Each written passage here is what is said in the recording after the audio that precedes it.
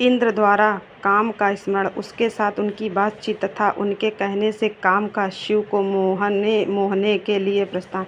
ब्रह्मा जी कहते, नारद, देवताओं के चले जाने पर दुरात्मा तारक दैत्य से पीड़ित हुए इंद्र ने कामदेव का स्मरण किया। कामदेव तत्काल वहां आ पहुंचा। तब इंद्र ने मित्रता का धर्म बतलाते हुए काम से कहा, मित्र, कालवशात मुझ पर असाध्य दुख आ पड़ा है, उसे तुम्हारे बिना कोई भी दूर नहीं कर सकता। दाता की परीक्षा दुर्भिक्ष में, शूरवीर की परीक्षा रणभूमि में, मित्र की परीक्षा आपत्ति काल में तथा स्त्रियों के कुल की परीक्षा पति के असमर्थ हो जाने पर होती है। तात संकट पड़ने पर विनय की परीक्षा होती है और परोक्ष में सत्य एवं उत्तम स्नेह की, अन्यथा नहीं। यह मैंने सच्ची बात कही है। मित्रवर, इस समय मुझ पर जो विपत्ति आई है उसका निवारण दूसरे किसी से नहीं हो सकता। अतः आज तुम्हारी परीक्षा हो जाएगी।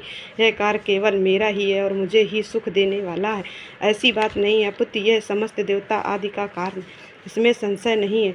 इंद्र की यह बात सुनकर कामदेव मुस्कुराया और प्रेमपूर्ण गंभीर वाणी में बोला। काम ने कहा, देवराज, आप ऐसी बात क्यों कहते हैं? मैं आपको उत्तर नहीं दे रहा हूँ, आवश्यक निवेदन मात्र कर रहा हूँ।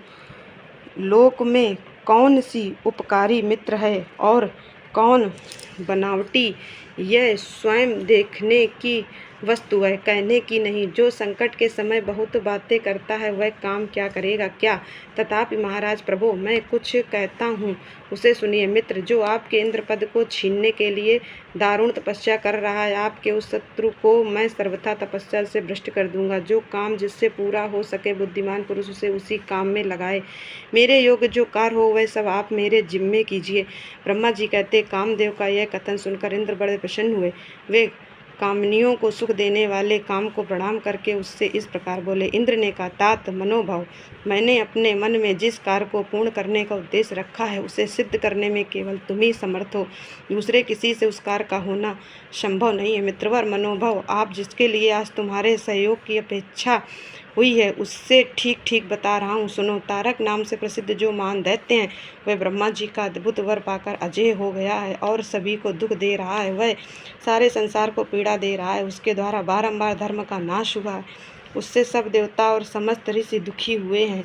संपूर्ण देवताओं ने पहले उसके साथ अपनी पूरी शक्ति लगाकर युद्ध किया, परंतु उसके ऊपर सबके अस्त्र शस्त्र निष्फल हो गए हैं। जल के स्वामी करुणा का पाश टूट गया है। श्री हरि का सुदर्शन चक्र भी वहाँ सफल नहीं हुआ। श्री विष्णु ने उसके कंठ पर चक्र चलाया, किंतु वह वहाँ कुंठित हो गया। ब्रह्मा जी ने महायोगीश्वर भगवान शंभु के वीर से उत्पन्न हुए बालक के हाथ से इस दुरात्मा दैत्य की मृत्यु बताई है।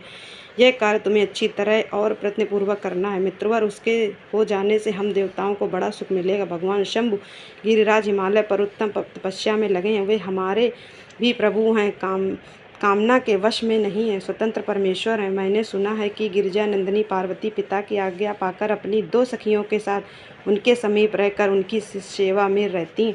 उनका यह प्रयत्न महादेव जी को पति रूप में प्राप्त करने के लिए ही है, परंतु भगवान शिव अपने मन को संयम नियम में वश में रखते हैं। मार जिस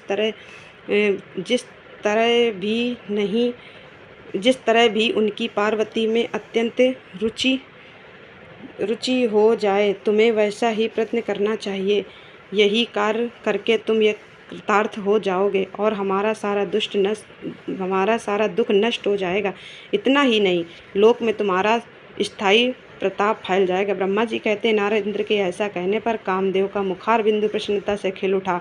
उसने देवराज से प्रेम पूर्वक कहा, मैं इस कार्य को करूँगा, इसमें संशय नहीं है। ऐसा कहकर शिव की माया से मोहित हुए काम ने उस कार्य के लिए स्वीकृति दे दी और शीघ्र ही उसका भार ले लिया। वह अपनी पत्नी रति और बसंत को साथ ले बड़ी प्रसन्नता के साथ उस स्थान पर गया जहाँ साक्षात योगीश्वर शिव उत्तम तपस्या कर रहे थे।